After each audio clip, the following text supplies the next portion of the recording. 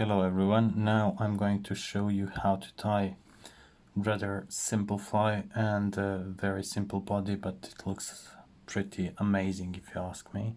It's a quill body and I'm using peacock quill dyed olive. I'm using a little bit of cocktail yarn and I'm using UTC 70 denier for this one. Hook is size 14.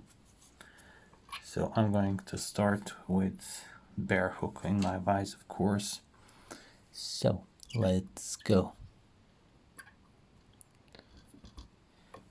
You want to use UTC thread because it will make flat. It's not round thread, it's flat, and unless you spin it, then it's not flat anymore.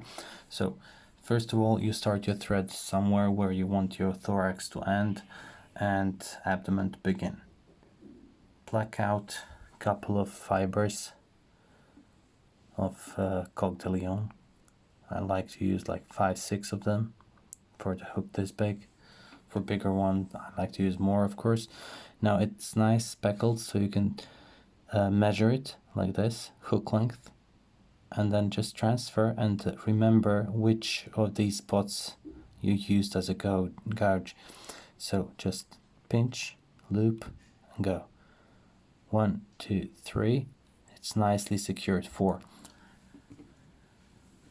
Cut the excess right about where you want your abdomen to end, like this. So this way we are creating our taper. Now take your peacock quill with dark side facing up, put it on the side of the hook, like so. 1 turn, okay? Now, touching turns, you go towards the rear end of the hook, and this way you create your smooth underbody. Now in touching turns again, you go backwards. Nice touching turns, overlapping as you get near the end of the abdomen, and when you reach it, just pull out this feather stem and create slight taper over here also. Now you have a nice prepared body. We need to use some super glue. I know I'm not using UV glue here. This is way easier, at least for me, and it's durable, as durable as UV, but it has a very big advantage. It's lighter than UV glue. It doesn't have additional weight as UV glue has. So put a little bit on the top like so, put a little bit on the bottom, and then just draw lines. So and so. So you have super glue on 2 sides of your hook. Sorry for shaking. Like, take your hackle pliers, grab the quill and go in touching or overlapping turns. You want to go around the hook. Keep the tension all the time.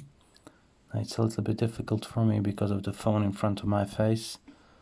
Now, as you advance forward, you will notice a little drop of of super glue between quill and body, running forward, running away from the quill. It means that the quill is distributing this super glue in front of it. It means that it's going all around the hook. That's why I put it only on the top and on the bottom of the hook. And I know that my quill is well protected right now. Okay, and now the reason because of that transition here, I'm going to make more smooth ending with the quill. Just 2 turns to secure it. I like to finish it upwards like so. And now use your whip finish tool to cover this tag end, quill tag end. So just go few turns, just cover it as much as you can. Okay, this one is fighting me, but never mind, it's not so important. Okay, when you prepare one body, you prepare all the other bodies like so, and you let the glue dry, and you just position each in front of the other. So when I finish all the bodies I want, I just do this. I take the first one I made and I continue with my fly, and I will show you that too now.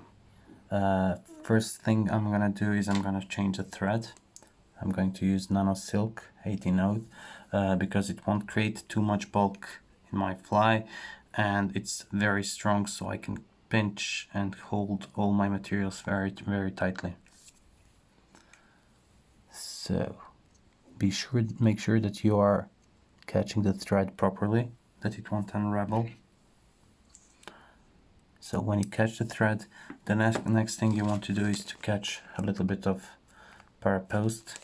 I'm using pink, but you can use whatever color is best for your river, and don't use too thick piece of it, because it's very difficult to catch it near the head later and make the decent head with it.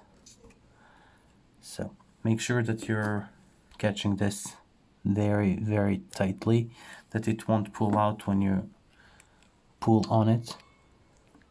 That's why the reason why I'm using Nano Silk is that one. So make taper here if you need. So first of all, you want to find two same feathers, triangular shape. When you find them, make sure that they are facing like this to each other, so curved side outside, aligned tips, and in my case aligned bottoms. So pull all those fibers, CDC fibers, and align the feather.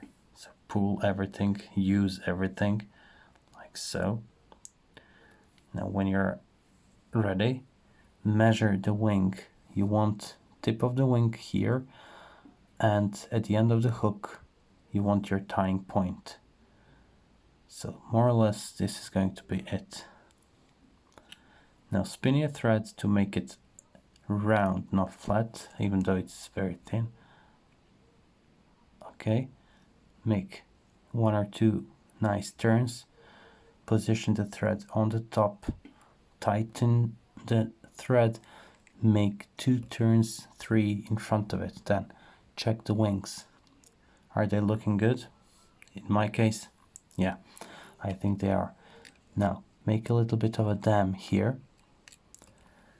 and now you can take those feathers, but look, you want your feathers to orient like this, flat. So that's how you keep them with your fingers. You don't catch them like this, you catch them like this, and you keep them flat. Go with your thread couple of turns around the base to make them into a V, see, letter V here. So you want to make that V going together, and you want to lift this back one very, very upwards. Now I prepared some dubbing, UV, Antron and Squirrel together in green color. So I'm going to make dubbing noodle here. Use a little bit of dubbing, make thin noodle because you're going to go a couple of times back and forth, and you don't want to make too bulky thorax. So it's better to use less material here. So what I like to do sometimes, if my feather like here is not listening to me, I go with dubbing around the thread like I'm creating parachute post. So when I'm ready, like so, I create backward part of the thorax. Okay, now tighten this dubbing here. I have dubbing here that I don't like. Too much antron in it. Okay, I'll remove this. Now I'll add some more dubbing. And make very thin noodle.